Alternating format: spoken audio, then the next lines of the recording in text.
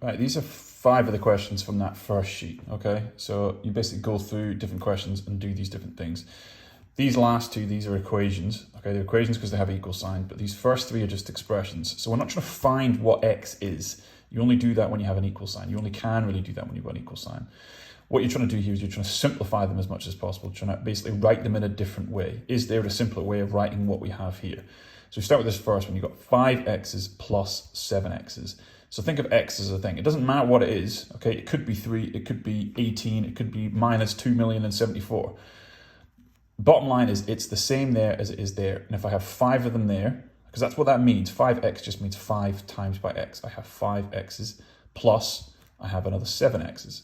I got 5 of them plus another 7 of them. I have a total of 12 of them, okay? So I have a total of 12 x's. That's all you do in a situation like that, okay? If it was minus, it would be 5x's minus 7x's, which would be minus 2x's, okay? So just be careful with your negative numbers. All right, in a situation like this, what we're doing here is we're multiplying out the brackets, okay? So what this means, again, if you have kind of a number squished on here, as we did here, this means 5 times by x. This basically means 4 times by x plus 8. So it's 4x plus 8. So it's literally x plus 8 plus x plus 8 plus x plus 8 plus x plus 8. Okay, and then it basically goes back to how we simplified this first one. We have 4x's, x, x, x, and x. And the best way of writing that is to write 4x. And I also have 4 8's, 8, 8, 8, and 8. 4 8's is 32, so I have 4x's plus 32. All right, you can write it out like that, but obviously when it gets a bit bigger, if this number was kind of 13, you don't want to write out 13 of them. But what we're basically doing here is we're doing 4 times by x, which is 4x, and then 4 times by 8. With a plus in between, 4 times 8 is 32, okay? When you get something like this, it's basically a combination, but what happens here is that this plus 4 is not in the brackets, okay? So what this 3 means is everything in the brackets is multiplied by 3. So in the same way that I did this one, I'm going to do 3 times by 2x. So I've got 2x plus another 2x plus another 2x. I've got 3 2x's. That gives me 6x's. Then I'm going to do 3 times by 5, but I'm going to put a minus in front of it. 3 times by 5 is 15. And I'm not going to times this 4 by 3 because it's not in the brackets. So I'm just going to add that on afterwards.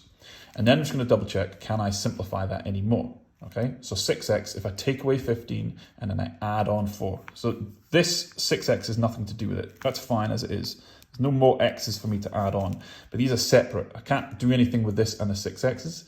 Okay, I have to deal with these separately and then just write them separately in my answer. But if I have minus 15 and then I add on 4, think of it like temperatures. The temperature is minus 15 and it increases by 4, it increases to minus 11. Okay, so just deal with this 4 afterwards because it's not in the brackets. I have 3 2x minus 5, and I also have a 4. So just deal with that afterwards. Right, so these ones here, these are the equations. Okay, so long as they've got an equal sign, it's an equation, and that means we can find out what x is. So what I want to do in these cases is I basically want to get x by itself. So my final answer is going to be x equals. And then I've just basically got to play around with this until such a point as I just have an x there. So think of it again, I have an x and I have a 3. And that is equal, somewhere else there's an 8. An x and a 3 equals 8. I just want the x though. So I want to get rid of that 3. And I need to do it mathematically, okay? So I need to take it away. But what this equals is basically telling me, okay, is that these two things are the same, in which case it's balanced. It's like a set of scales. So x plus 3 is equal to 8. If I take away 3 from this side, they're not going to be equal anymore. The only way that I can keep it so that they're equal is to take away 3 from this side as well. Okay, and then I basically just got to write what I'm left with. If I had an x and a 3, if I take away that 3, that leaves me with the x that I wanted. If I have an 8 here and I take away 3, then I've got 5.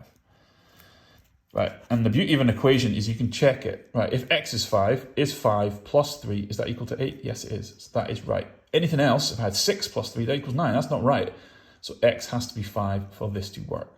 Okay, you can look at that. You can think, what do I add to 5 to give me 8? But remember, the point of this is, remember we did this in class, is the idea that these are going to get much more complicated. This one's a bit more complicated, and they're going to get even more complicated than this. So I need you following these processes. Right, so here, again, equals, so it means it's an equation, 5x minus 4 equals 26. So I want it at the end of it all, so I just have an x. But at the moment, it looks like there's two things that I need to deal with first. I need to deal with a 5, and I need to deal with a 4. Here, it's just the 3 that I need to deal with. But here I've got a 5 and a 4. So I'm thinking, right, I've got 5x's and then I'm going to take away 4. Right, if I add on 4, then I'm back to the 5x's again. That's what I want, okay, because it's one step closer to me just having an x. But again, if I add 4 onto this side, I have to add 4 onto this side. And then I've actually got to write what that would mean. 26 plus 4 is 30.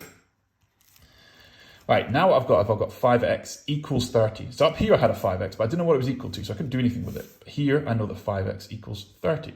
So what that means is that 5 multiplied by some number equals 30, so is 30.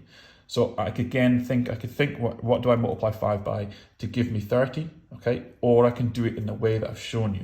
And we want to basically do the opposite. Here we were taking away 4, the opposite was adding 4. Here what we're doing, 5x means 5 times by x. The opposite of times by 5 is to divide by 5. And if I divide one side by 5, I have to divide the other side by 5. So 5x's split 5 ways. Imagine you had 5x's and you wanted to split amongst 5 of your friends, everyone would get an x. If you had £30 and you wanted to split it amongst your 5 friends, everyone would get £6. And again, you can check this, right? 5 times by my x, if x is 6, 5 times by x, 5 times by 6 is 30. And if I take away 4, I get 26. If it was something else, say 5 times by 10. 5 times by 10 is 50. If I take away 4 from that, it's 46. It's not 26. That doesn't work. So I have solved this equation because I found what x needs to be for this to be true. Okay?